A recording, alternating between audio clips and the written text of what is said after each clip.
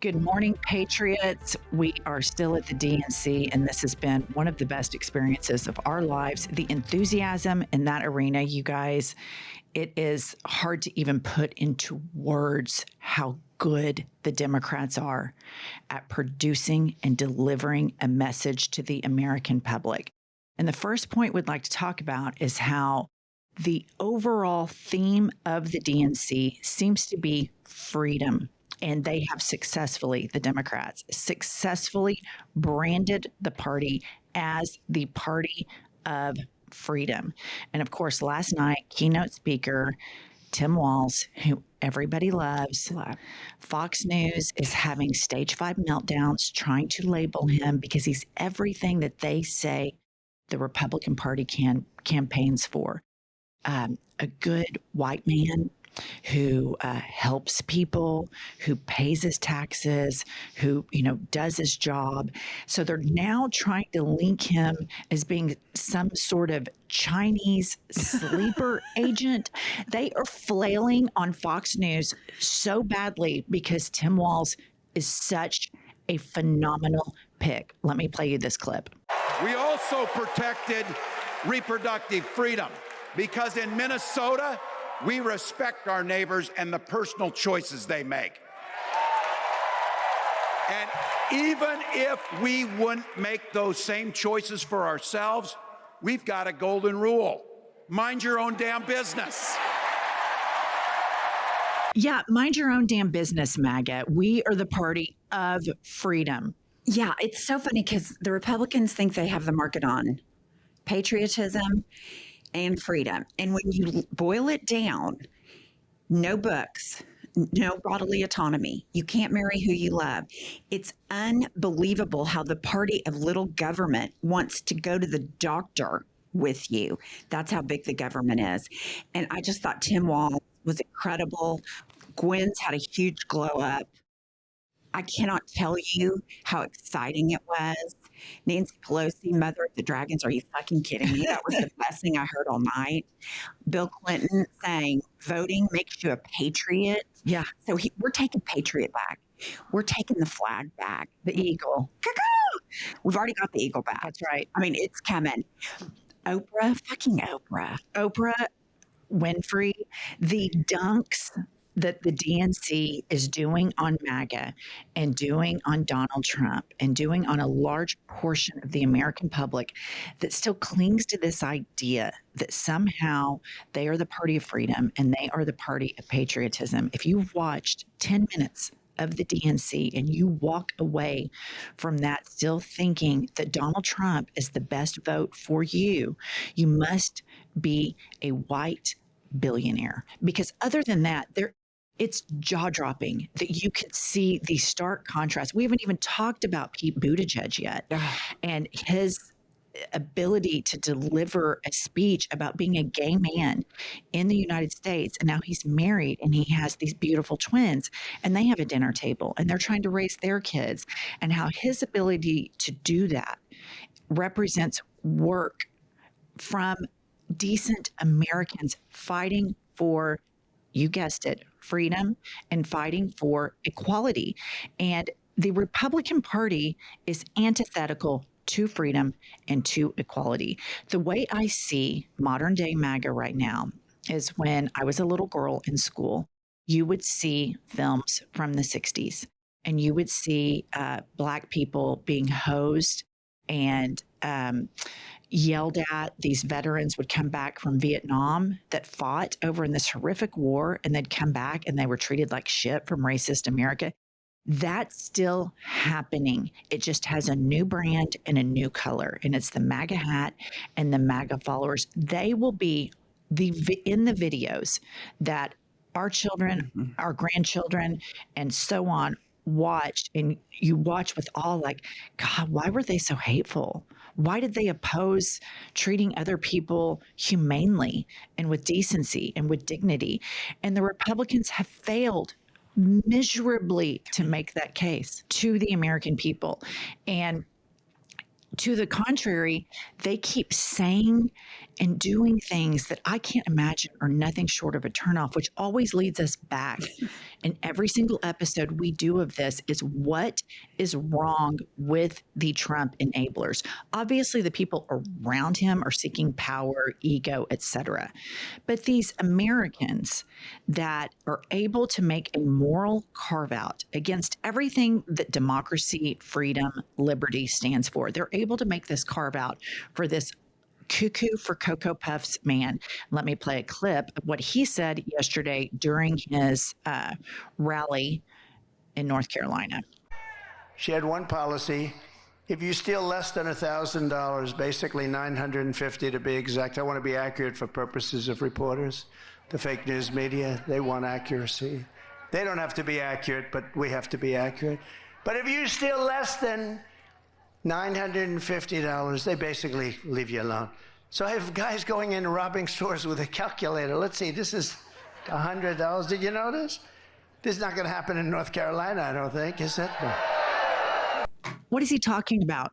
He's fucking lying. He cannot stand the fact that crime is down under the Biden-Harris administration. Crime was higher when he was president. He is the smallest man. He is a liar. And when he says the word accuracy, it just sends a bolt of electricity through me because all he does is lies. And one thing I think is super important that Bill Clinton said, because it is exhausting to fact check this man because his lies come so easily, you can't do it in real time. He said, don't count the lies, count the eyes. So I have to read you from my favorite social media. Well, it's not her favorite. It's my favorite troll. Yeah. Bar none. So he's writing how Josh Shapiro is refused to acknowledge that I, Donald Trump, am the best friend of Israel. I do more for Israel than any other president. It's not even close. Shapiro's done nothing for Israel. On and on and on. The eyes that come out of his mouth, I thought that was a great line from Bill Clinton because it really did. I was like, oh, that's a great idea and it'd be easier. But the narcissism and the fact that he goes on Truth Social and immediately says that Jewish governor, Josh Shapiro, people can't just be people. They have to be Jewish. They have to be Black. They have to be brown. They cannot just be identified as human beings because he has no respect for anyone but himself because he is a petty, small, nasty MFer. And it's amazing to me that he always uses a disparaging moniker for people to like that Jewish governor or she became Black or Christians better vote for me. He disparages them while at the same time hoodwinking and acting like he's their champion. And he literally categorizes people, the poorly educated. The poorly educated love me. The evangelicals, I did great with the evangelicals. And then you have to get your head examined if you're Jewish. And it's like, we've been at the DNC now, or today's the last day. We're about to head over there. It is diverse. Mm-hmm. There are Jewish people, lots of people from all different sorts of melanin. Of course, there are white people, there are old people, there are young people, because Democratic policies advocate for everybody, even the people that don't support Democratic policies, they are going to be beneficial to you. And here's an example. There's probably women and men that go to their megachurch every single day in some red state, and they pay their taxes and they do everything that they're supposed to do. They live their life right down the fairway, not super poor, not super rich. All of a sudden, they have this beautiful child. They love this child. The child might not fit into a binary choice. Maybe it's a boy that might not be the most masculine boy, and he gets bullied. Well, who do you want at that school? Do you want a Tim Walz and a Kamala Harris who's going to stand up for your kid? Or do you want a Donald Trump and a J.D. Vance who is going to say, no, you need to be more masculine. You can't be who you want to be. And it's okay to bully these people. And we're actually going to remove discrimination protections from the law to make sure that you can be discriminated against.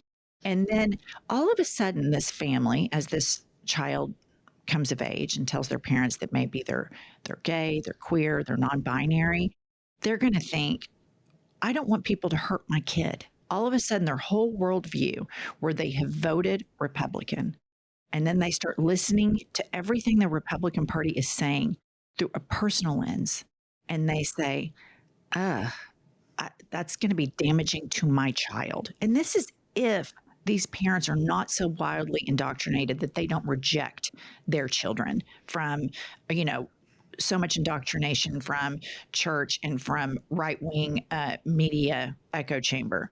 But it's so important that we as an electorate advocate for every member of America. And when I hear Donald Trump, J.D. Vance, Stephen Miller, I mean, I could go on and on, Ted Cruz, the freak show that is MAGA Republicanism.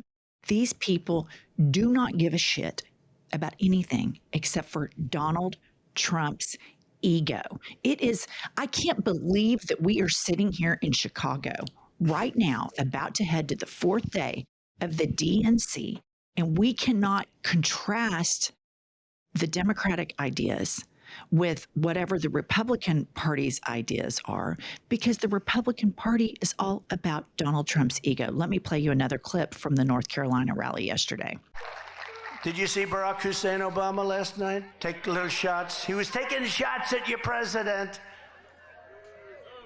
And so was Michelle. You know, they always say, sure, please stick to policy, don't get personal. And yet they're getting personal all night long, these people. Do I still have to stick to policy? Okay, seriously, grow up. Grow up. Grow the hell up.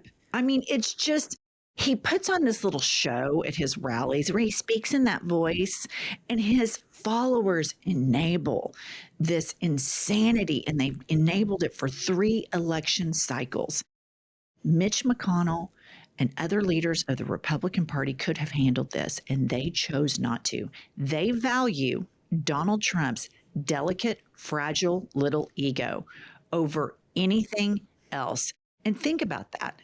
Think about what they're concerned about. They say they're concerned about the border. They say they're concerned about crime, which all of these things are better now under a Biden administration than they were under a Trump administration. But that's all they can do to their right-wing media echo chamber, is scare you with people that aren't white. It's unbelievable how he is such a titty baby. I have never seen anyone. I've been called weird my whole life. I wear it with like a badge of honor. Who gives a shit if somebody calls you weird? He's still worried about being weird. He's so jealous of Barack and Michelle Obama that it's palpable.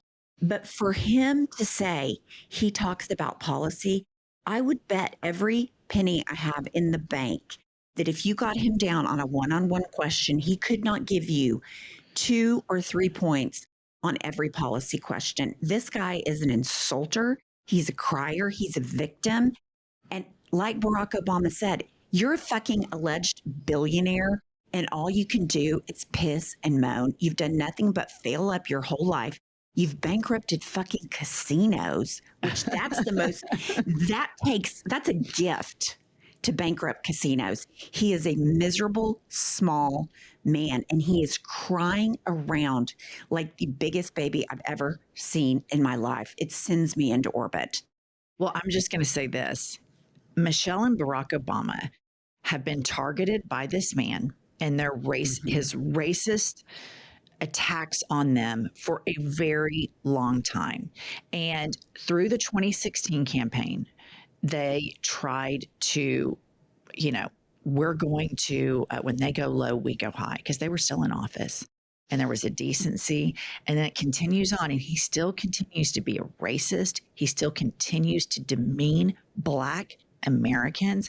And what I loved so much about the Obama's message 2 nights ago is that it was, hope is back and fuck you. It was so good, because we can do two things at the same time. We can be hopeful. We can talk about democracy. We can talk about freedom. We can talk about policy. And we can also say, fuck you for bullying so many Americans. And it makes me so upset that Michelle Obama, a very accomplished person, went to Harvard Law School, has to stand on the stage and remind MAGA that she's a very highly educated, successful Black woman that never benefited from all of these imaginary programs that they claim. If there's a Black person that's successful, they claim that they received all this extra help, when in actuality, nobody has received more extra help than Donald Trump. True. He still continues. If Barack Obama did 1/10 of the crazy criming that Donald Trump has done, he would be so locked up.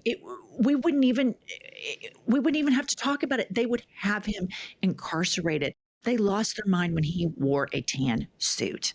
It's just, the hypocrisy is astounding. But more than hypocrisy, I think it's deeper than that. I think it's more insidious than that.